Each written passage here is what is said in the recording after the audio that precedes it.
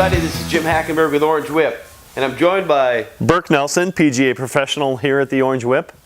We just completed a webinar, and we had some questions regarding the orange peel. Before we get into that first question, I want to explain a little bit about the orange peel. It all started after the Orange Whip. I developed the Orange Whip because I wanted people to swing in rhythm and balance, and I thought I solved most of the issues, but the dilemma was myself and even some of my students were tending to slide into the ball rather than rotate with power. So I was trying to solve that issue. I then saw this image. This is a painting by Leonardo da Vinci called Vitruvian Man. And you can see he's in a big circle or a sphere. This orange peel is a 9-foot sphere. It's a bubble. By me standing in it, I can center my center. So my core is balanced and it's easier to make that rotation. Now, also, I can reposition my feet and create a downhill lie. I can go this direction and create an uphill lie. I can even move back so my heels are above my toes. Side heel lie, ball below my feet. Side heel lie, ball above my feet. So there's many locations that you can stand on this orange peel to create a different sensation that you will find on the golf course with different lie angles. But now the question we had pertaining to the webinar was, how do I use the orange peel to maximize my golf instruction? And that's when we bring in Birk Nelson to help us out with some of those thoughts. Great, wait, thanks Jim. And so the orange peel is a fantastic tool. Once again, what Jim was reiterating there was to just stay centered during your golf swing. So for instance, if I have a student has a lot of lateral movement left or right during their swing, then I'll make sure and put them in the peel and just have them hit golf shots in the peel. And it really keeps you nice and stabilized. Or as Jim said it centers your center. But let's say, for instance, I had a student who has trouble getting weight to their left side through the golf swing, and they look like a baseball player where they're spinning out in their left heel. Then I will move them back in the peel where it simulates that downhill lie, and this allows them to take golf swings and really post up on their left side during that golf shot. So this is a great training tool for just getting that student to feel like they're really shifting the weight to their left side.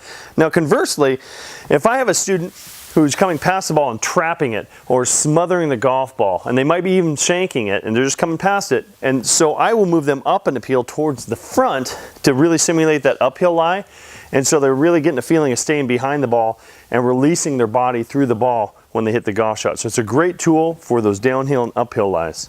Nice. Now, also Birk, what about swing plane issues? How do we affect swing plane issues? Okay, so swing plane, the orange peel, once again, great tool for swing plane training.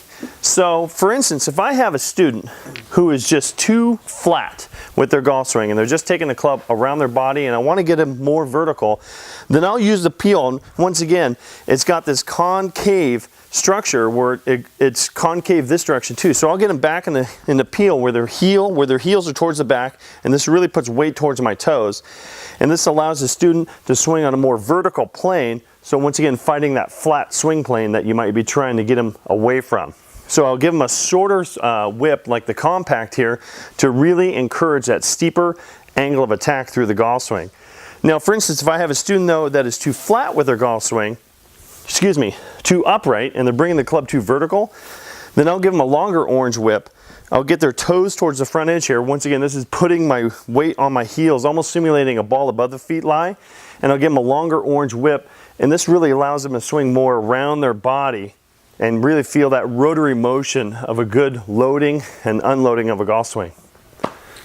Well, that's cool because now you've got a few options that you can adjust your students or your own game or your own golf swing because of different positions you stand on the orange peel. We recommend experimenting to see how it affects you and your students, but I think you're going to find by simply adjusting your weight and how you balance yourself, you can change the shape of your swing and the shape of your shots. So I think this orange peel is a pretty unique thing for instructors as well as just your average golfer.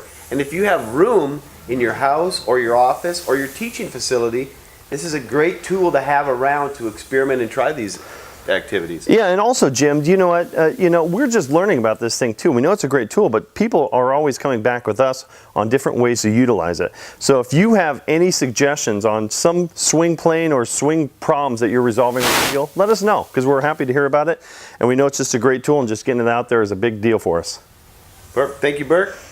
Thank you, folks. Like you said, if you can help us out, give us some ideas, we'd love to hear, because we hear some great responses from the PGA pros sharing their experiences with the orange peel. All right.